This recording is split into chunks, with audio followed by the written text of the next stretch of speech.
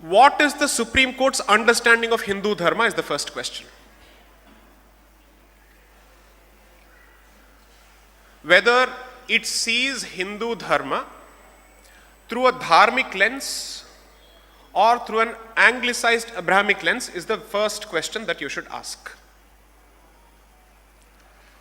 Because if all of us are on the same page that dharma and religion are not the same as each other, and that since English as a language is poor and cannot accommodate your concepts, therefore you are forced to use religion as an equivalent of dharma, is the judiciary aware of this critical distinction?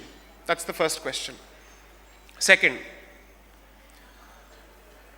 if dharma is not religion and therefore is not an Abrahamic concept, that means dharma cannot be approached with the black and white lens of Abrahamic religions. Because the one thing that is critical to Hindu Dharma is Sampradayik diversity, multiple sampradayas.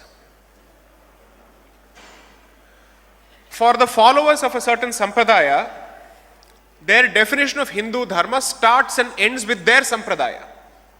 That is all they are expected to follow. Why? When you are effectively told you can follow anything you want, and the basket of options that is presented to you is in the form of a vast ocean called Sanatana Dharma, you are bound to be lost in that ocean. Therefore, you need a sampradaya which has a guru at the fountainhead and a deity which is effectively seen as the Gangotri of that particular sampradaya, so that you have a very specific path to follow, so that there is clarity in what is expected of you. Therefore, Sampradaya and Sampradayik diversity are critical to your understanding of Hindu Dharma. Now, what does this mean? The deity may be the same in certain Sampradayas, but the traditions of each Sampradaya with respect to the same deity may be different. So, I'll give you an example. So there was this popular Padmanabha Swami temple case of Thiruvananthapuram where everybody was interested in the treasure. More than anything else, they were interested only in the treasure. Unfortunately so. So one particular gentleman, I don't wish to name any individuals because I'm not interested in individuals, I'm interested in issues and principles, who had some authority, came to the temple and said, why is Venkatesa Suprabhatam not being chanted in the Padmanabha Swami temple? And why is Hanuman Chalisa not being chanted in the Padmanabha Swami temple? Because his point was, Venkateshwara is Vishnu, Padmanabha is Vishnu, so therefore you should be chanting this. This is the failure of even educated Hindus to understand the distinction between deity and sampradaya and that specific swarupam, so to speak. So they could be traced from Vishnu, but the manifestation is different. Accordingly, the rituals will be different. The Padmanabha Swami temple has a significant element of Tantra, and therefore what it follows will be different. So you can't say, come and chant Venkateswara Suprabhatam here. Now, once you understand this distinction, you will not give rise to certain, pardon my language, certain stupid questions. So for instance, when the Ayyappa Swami case was going on, the Sabrimala case was going on, I had this brilliant question being asked on a regular basis. Anjaneya Swami is also Brahmachari, Ayyappa is also Brahmachari. Women are allowed inside his temple, why are they not allowed in this temple?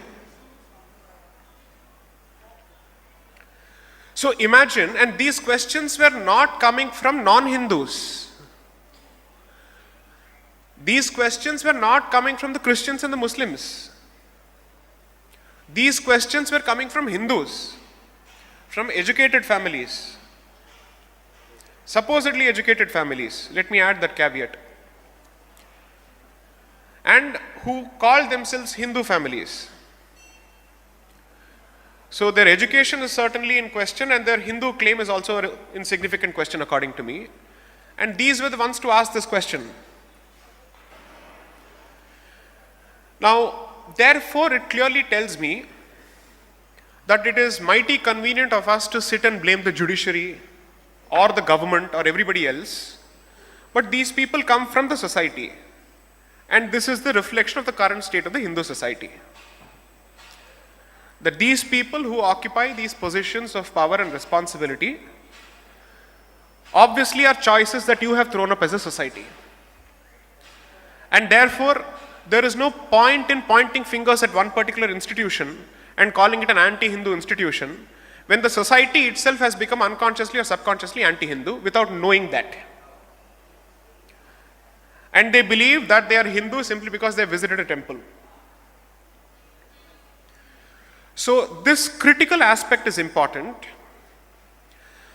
because unless and until you understand this critical concept of sampradaya, you will always arrive at the conclusion that Hindu institutions are traditional in nature, they are conservative in nature, and that they don't open their doors to everyone, and that is why there is a fundamental weakness in Hinduism. And therefore you will welcome everything at the expense of the living traditions that people like the Puja Acharyas follow. The one thing that as Hindus we have not been able to understand is that the anushtanas that they follow, we are not in a position to follow, nor are we capable of following it. What we follow for all practical purposes is what I would call Samanya Dharma, which is Hindu Dharma as practiced by the common Hindu, which is not the whole and soul of it. It is nowhere as close to, let's say, the purer form or the purest form that it is supposed to be. And therefore, you must strike a distinction between what they are entitled to do and what you are entitled to do, because your discipline and your commitment to dharma is not the same. So when someone says, why can't I enter the Garbhagriha? You should ask him, what is your authority?